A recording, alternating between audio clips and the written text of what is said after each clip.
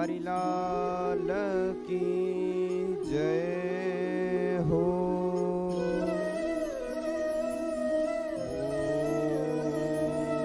स्वस्ति श्री गणेशाय नमः।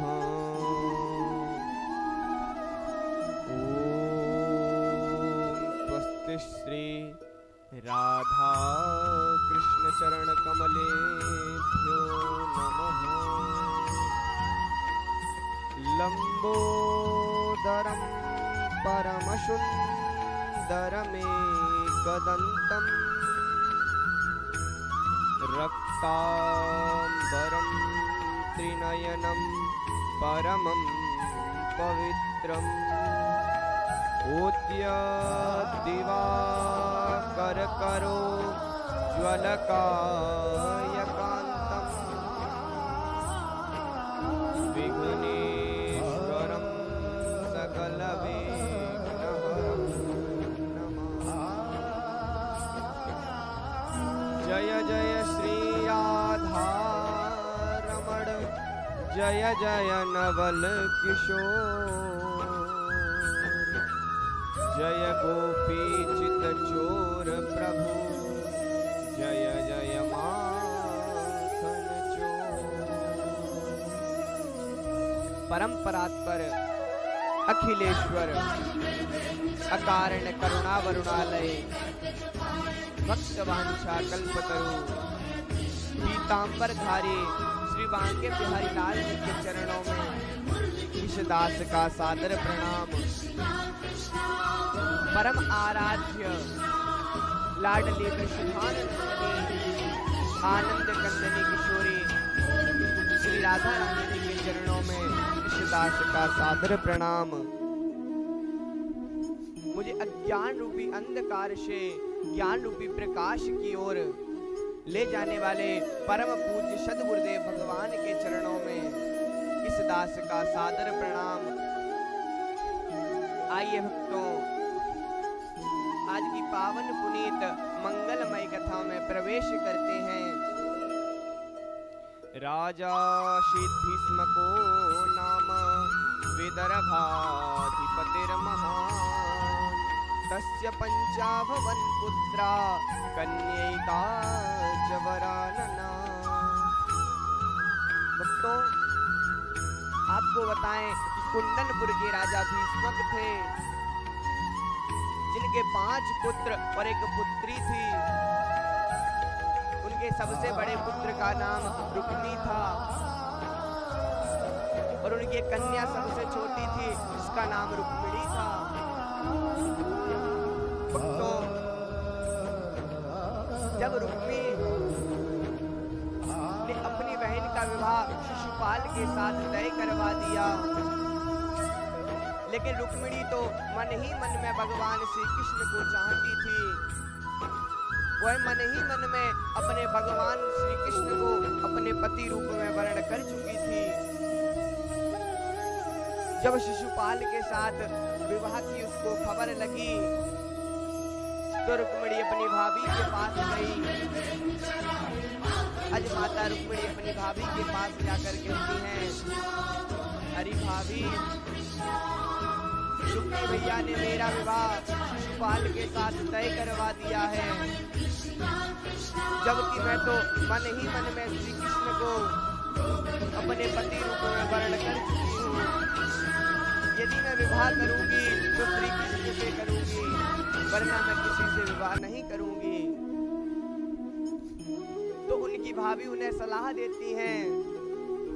आज माता रुक्मिणी की भाभी कहती हैं, अरे बहन, तुम एक काम करो, एक ब्राह्मण देवता को बुलाओ और कृष्ण के लिए पत्र लिखो।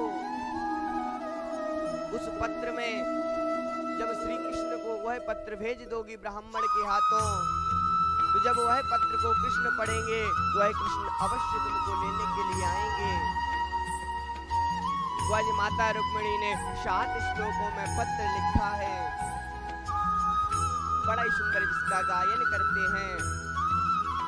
श्रुत्वा गुणान् भुवन सुंदर शृण्वतां ते निरवेश्य कर्णविवरैर्हरतो गतापम् रूपं दृशां दृशिमतामखिलार्थलाभम् त्वय्यच्युता विशति चेदमपात्रपं मे। भक्तों, आज माता रुक्मिणी ने 7 श्लोकों में पत्र लिखकर मानो अपने मन ही मन में श्री कृष्ण के साथ मैं 7 फेरे ले लिए हूं, ऐसा उनका भाव है। जब ब्राह्मण देवता पत्र लेकर गए तो ब्राह्मण देवता भैया द्वारिका में पहुंचे तो द्वारिका में द्वारपालों ने कहा कहां से आए हो? उन्होंने कहा कि हम कुंदनपुर से राजकुमारी रुक्मिणी का पत्र लेकर आए हैं। तो द्वारपालों ने अंदर जाकर भगवान से कहा तो भगवान ने कहा एक काम करो, ब्राह्मण को सप्रेम अंदर लेकर आओ। तो ब्राह्मण को द्वारपाल सम्मान के साथ अंदर ले गए। जब ब्राह्मण देवता अंदर गए तो भगवान ने उनके चरणों में प्रणाम किया है। आज भगवान ब्राह्मण देवता से पूछते हैं, हे ब्राह्मण देवता, अब आप बताइए किसका पत्र है और पत्र में क्या लिखा है? तो आज ब्राह्मण देवता पत्र पढ़कर सुनाते हैं। कहते हैं, द्वारिकाधीश, यह पत्र कुंदनपुर के राजा भीष्मक, जिनकी पुत्री रुक्मिणी है, उसने आपके लिए एक पत्र लिखा है। इसमें लिखा हुआ है कि हे भुवन सुंदर, मैंने आपको अभी तक देखा नहीं है, बस मैंने आपके बारे में अपने कर्णों से सुना है, अपने कानों से बस आपके बारे में सुना है। बस आपके बारे में मैं सुनकर ही आपसे प्रेम कर बैठी हूँ और मैं आपसे विवाह करना चाहती हूँ। बल्कि आप विवाह करो या ना करो, लेकिन मैंने तो आपको अपने पति रूप में वर्ण कर लिया है, इसलिए मैं विवाह करूंगी तो सिर्फ आपसे करूंगी। लेकिन प्रभु, मेरे भाई रुक्मी ने मेरा विवाह अपने मित्र शिशुपाल के साथ तय करवा दिया है। अब मेरे भाई ने मेरा विवाह शिशुपाल के साथ करवा दिया है, तो मैंने आपको इसीलिए पत्र भेजा है कि आप आए और मुझे जिस प्रकार एक शेर शिकारियों के बीच को सियारों के बीच में से अपना शिकार ले जाता है, उसी प्रकार आप आइए और मुझे यहाँ से ले जाइए। और आप सोचें कि मैं मिलूंगी कहाँ? तो हमारे यहाँ एक परंपरा है कि कन्या के विवाह से पहले माता कुल देवी की पूजा करते हैं। तो मैं भी अपनी कुल देवी माता की पूजा करने के लिए जाऊंगी, तो वहीं पर आप आना और मेरा हरण करके आप ले जाना। आज भगवान ने जो ही पत्र सुना तो अपने सारथी दारुक को बुलाया, कहा कि दारुक, रथ निकालो, हमें कुंडनपुर चलना है। आज भगवान ब्राह्मण देवता और दारुक के साथ में कुंडनपुर आए। इधर माता रुक्मिणी माता कुल देवी की पूजा के लिए गईं। ये पूजा करके वापस मंदिर के बाहर आई तो वह चारों तरफ ब्राह्मण देवता को देख रही हैं कि वो ब्राह्मण देवता कहाँ गए, जिनको मैंने पत्र दिया था वो तो कहीं दिख ही नहीं रहे हैं। तो तभी ब्राह्मण देवता आते हैं, कहते, अरे रुक्मिणी, मैं इधर हूँ। तो माता रुक्मिणी पूछती है कि कृष्ण का कोई संदेश लेकर आए हो? तो ब्राह्मण देवता ने कहा, अरे पुत्री, मैं कृष्ण का संदेश नहीं बल्कि उसी को लेकर आया हूँ।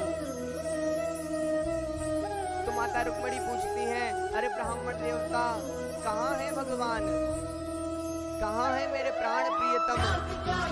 तो ब्राह्मण देवता ने कहा कि मंदिर के पीछे हैं। इसके बाद में भक्तों माता रुक्मिणी का भगवान हरण करके ले जाते हैं। तो सारे सैनिक देखते हुए रह जाते हैं। सभी सैनिक कहते हैं, उनमें से कुछ सैनिक कहते हैं कि ले गयो ले गयो। तो सैनिक पूछते हैं क्या ले गयो? तो एक सैनिक कहता है कि रुक्मिणी को ले गयो। और कुछ सैनिक कहते हैं, उनमें से एक दो सैनिक कहते हैं कि रह गयो रह गयो। तो एक सैनिक कहता है कि शिशुपाल तो रह गयो। भक्तों जब रुक्मी को पता चला कि कृष्ण मेरी बहन का हरण करके ले गया, तो उसने अपने रथ को भी कृष्ण के रथ के पीछे लगा दिया और उसने भगवान के रथ के पीछे पीछे बाणों की वर्षा करने लग गया। तो भगवान ने भी अपने सुदर्शन चक्र से रुक्मी के रथ के टुकड़े टुकड़े कर दिए। इसके बाद भगवान ने जब रुक्मी को मारने लगे तो माता रुक्मिणी कहती है, अरे प्रभु ये जैसा भी है मेरा भाई है, इसे आप मारिए मत। तो भगवान कहते, अरे रुक्मिणी देखो मैं इसे मारूंगा नहीं, लेकिन इसे मैं छोड़ूंगा भी नहीं। इसके बाद में भगवान ने उसकी आधी दाढ़ी आधी मूंछ मुड़वा दी और अपने रथ के पीछे बांध कर ले जाने लगे। तो रास्ते में बलराम जी मिले, तो बलराम जी ने उसको मुक्त करवा दिया। लेकिन इसके बाद में रुक्मी वापस कुंदनपुर नहीं गया। रुक्मी ने वहीं पर रास्ते में ही एक अलग भोज नगर बसा लिया। उसी नगर में वह निवास करने लगा।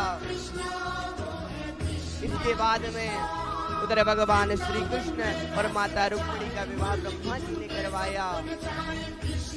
इस प्रकार भगवान श्री कृष्ण और माता रुक्मिणी का विवाह हुआ है। रुक्मिणी रमण भगवान की जय हो। बोल वृंदावन बिहारी लाल की जय हो। आज इसी के साथ मेरी वाणी को गोविंद के चरण